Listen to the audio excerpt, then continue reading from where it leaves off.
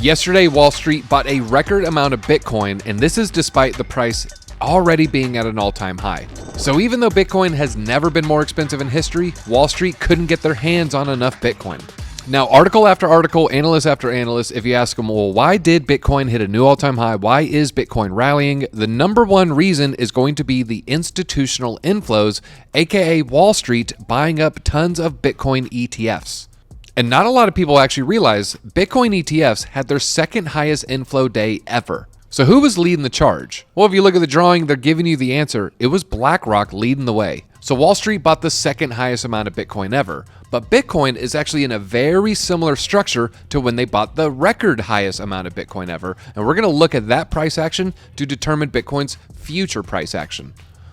All right, well, let's get into the numbers. So yesterday, ETF inflows. Wall Street bought $1.17 billion worth of Bitcoin. Now, just BlackRock, their clients bought $448 million worth of Bitcoin. But like we said, this is the second highest amount ever. Number one was $1.37 billion, and this was November 7th, 2024. This was right after Donald Trump won the US presidential election.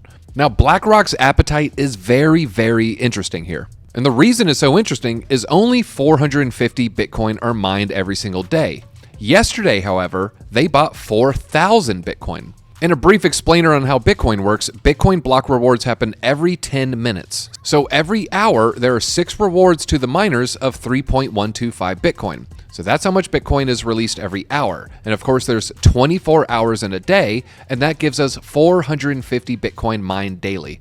Now, if you recall, yesterday they bought 4,000, and it's not like this was just an outlier. They have been on a string of buying days. This is no trading on Saturday and Sunday. That's why you see these gaps here. And we had a 4th of July holiday weekend, but right before 4th of July, they bought 2,000. Earlier in this week, they bought over 3,000. And you can see back in June, they actually bought 3,000 on the 25th, 4,000 on the 24th, and 6,000 on the 17th.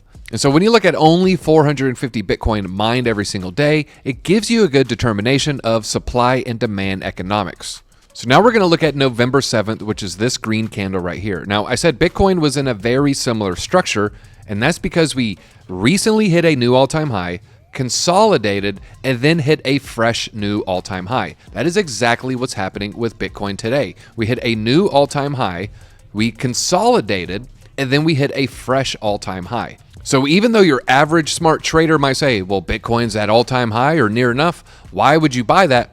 BlackRock did not care and spent a record amount of Bitcoin. Well, Bitcoin would then go on to pump 53% over 41 days. So we're going to look at what does a 53% pump 41 days from now look like for today's price action. Now, I wanted to be fair, so we came in at the opening of the candle, which is going to be the bottom of the green candle right here, and a 53% pump 41 days from now is going to give us $171,000 Bitcoin on August 21st.